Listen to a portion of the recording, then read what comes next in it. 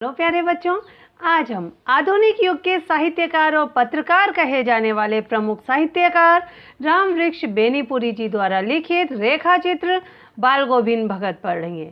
लेकिन उससे पहले अभी समय है बेनीपुरी जी के बारे में कुछ सोचने, समझने और जानने का। बेनीपुरी जी का जन्म बिहार के मुजफ्फरपुर जिले के बेनीपुर गांव में हुआ। बहुत जल्दी इनके माता पिता का निधन हो गया, सो इनका बचपन बहुत ही कठिनाइयों में, संघर्षों में बीता। 10वीं तक की शिक्षा प्राप्त करने के बाद ये स्वाधीनता आंदोलन के कारण कई बार ये जेल भी गए। इस आंदोलन में इन्होंने सक्रिय भूमिका निभाई। इनका देहावसान, इनकी डेथ 1968 में हुई। सिर्फ 15 वर्ष की अवस्था में ही इनकी पत्र पत्रिकाएं, इनकी रचनाएं कई पत्र पत्रिकाओं और बुक्स में छपने लगी। और इनमें देखेंगे तरुण भारत, किसान मित्र, बालक, युवक, योगी, जनता, जनवाणी और नई धारा, ये कई मासिक पत्र पत्रिकाएं हैं, साप्ताहिक पत्र पत्रिकाएं हैं। गद्य की विविध विधाओं में उनके लेखन को व्यापक प्रतिष्ठा मिली।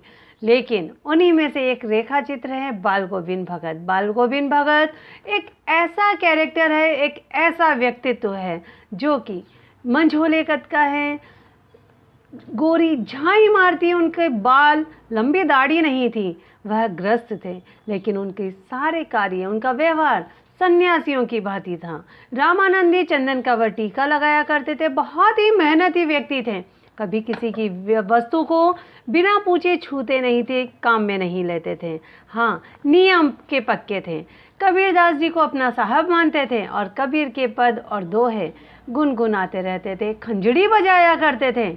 हाँ, समाज सुधारक थे। समाज सुधारक, उन्होंने कोई समाज सुधार नहीं किया, लेकिन कुरीतियों को मानने से हमेशा मना किया और ना किसी को मानने दिया। वह विधवा विवाह के समर्थक थे, पुनर्विवाह के समर्थक थे और खेतीबाड़ी का कार्य किया करते थे। खेतीबाड़ी से जो उपज प्राप्त होती थी, जो फसल होती थी, उसको सिर पर लाद कर कबीर मठ में ले जाया करते थे, वहाँ चढ़ा दिया करते थे और वहाँ से प्रसाद स्वरूप जो मिलता था उसी से अपना जीवन यापन करते थे। तो हम देखेंगे बाल गोविंद भगत के बारे में। बाल गोविंद भगत जिनके परिवार में सिर्फ उनका बेटा और बहू है। देखेंगे किस प्रकार बाल गोविंद भगत को मौसम की मार भी नहीं रोक पाती है उनके दिनचर्या को करने से। सो समरी ऑफ दिस रेखा चित्र।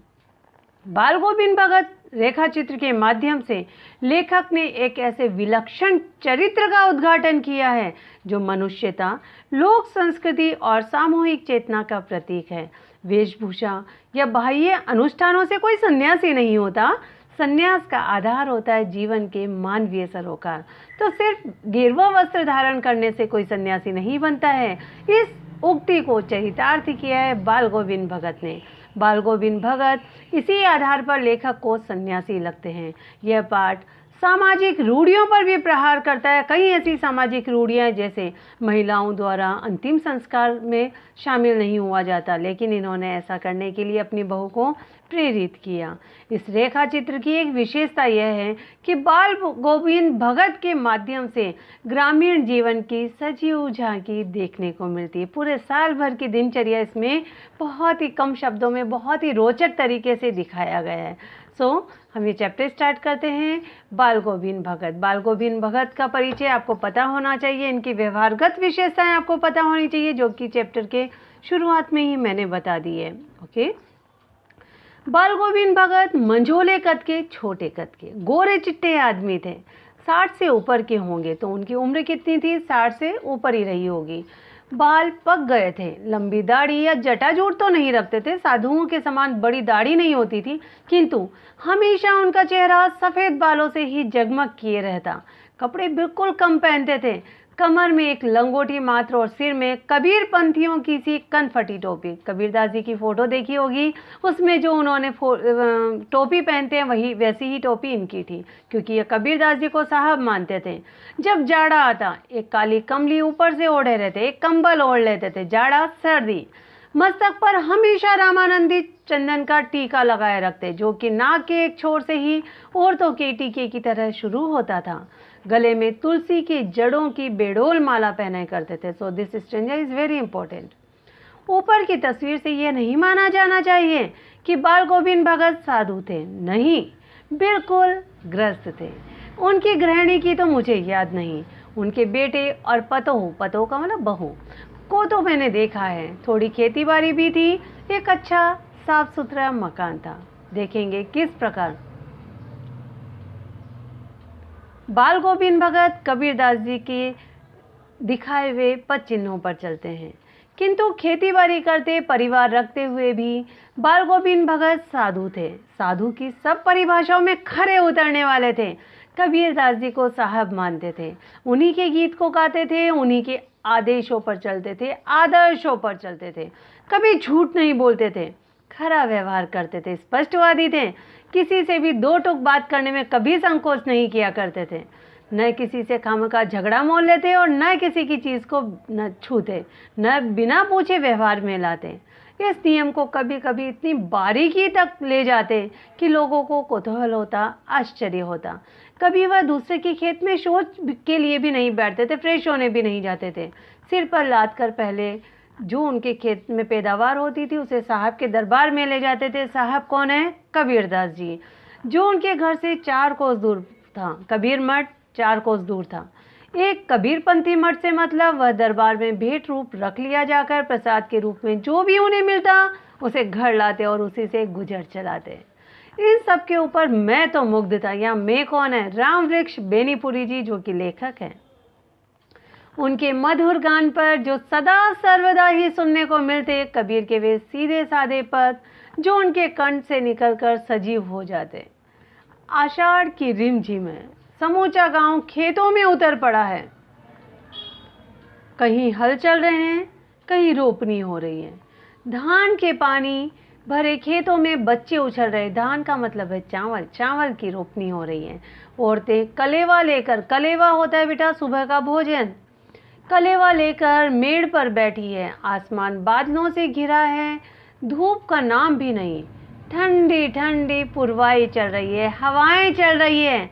ऐसे ही समय आपके कानों में एक स्वर तरंग झंकार सी कर उठी। यह क्या है? यह कौन है? यह पूछना न पड़ेगा। बाल गोविंद भगत समूचा शरीर कीचड़ में लिथड़े अपने खेत में रोपनी कर रहे हैं, फसल उगा रहे हैं। किसकी? धान की। उनकी अंगुली एक एक धान के पौधों को पंक्तिबद्ध खेत में बिठा रही है। उनका कंठ एक एक शब्द को संगीत में के जीने पर चढ़ाकर कुछ को ऊपर स्वर्ग की ओर भेज रहा है और कुछ को इस पृथ्वी की मिट्टी पर खड़े लोगों के कानों की ओर। बच्चे खेलते हुए झूम उठते हैं। मेड़ पर खड़ी औरतों के होठ कांपने लगते हैं। वे गुनगुनाने लगती है।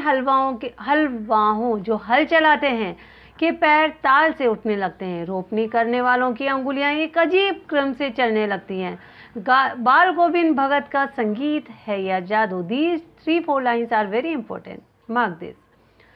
सो आषाढ़ महीना था। आषाढ़ के बाद अब भादो आया है। भादो की वह अधेरी अधरतियाँ। अभी थोड़ी ही देर पहले मूसलाधार वर्षा खत्म हुई है। बादलों की गरज, बिजली की तड़प में आपने कुछ नहीं सुना हो, किंतु अब झिल्ली की झनकार या दादुरों की टरटर, दादुर मेंढक बाल गोविंद भगत के संगीत को अपने कोलाहल में डुबो नहीं सकती। उनकी खंजड़ी डिमक डिमक बज रही है और वे गा रहे हैं। गोदी में पिएवा चमक उठे सखिया, चिहुक उठे ना। देख रहे हैं आप, बाल गोविंद भगत की टोपी भी आपको दिखाई दे रही है। हाँ, पिया तो गोद में ही है, किंतु वह समझती है वह अकेले हैं।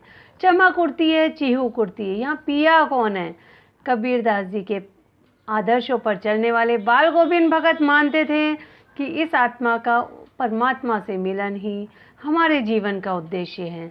उसी भरे बादलों वाले भादों की आधी रात में उनका यह गाना अंधेरे में अकस्मात कौंध उठने वाली बिजली की तरह किसे न चौंका देता। अरे यह सब सारा संसार निस्तब्धता में सोया है। बाल गोविंद भगत का संगीत जाग रहा है, जगा रहा है। तेरी गठरी में लागा चोर मुसाफिर जाग जरा। कार्तिक आया नहीं कि बाल गोविंद भगत की प्रभातियाँ शुरू हो गई, जो फागुन तक चला करती थी। अब प्रभातियाँ क्या होती हैं? आपने देखा होगा, कार्तिक मास में लोग मित्र मंडली के साथ भजन कीर्तन करते हुए सुबह सवेरे भजन करते हैं। So I think this is enough for today. Bal Govind भगत को नाचते और गाते आप देख रहे होंगे, तो उनकी भक्ति धारा में विभोर होने के लिए आनंदित होने के लिए थोड़ा सा आपको इंतज़ार करना पड़ेगा नेक्स्ट पार्ट नेक्स्ट वीडियो में। Thank you.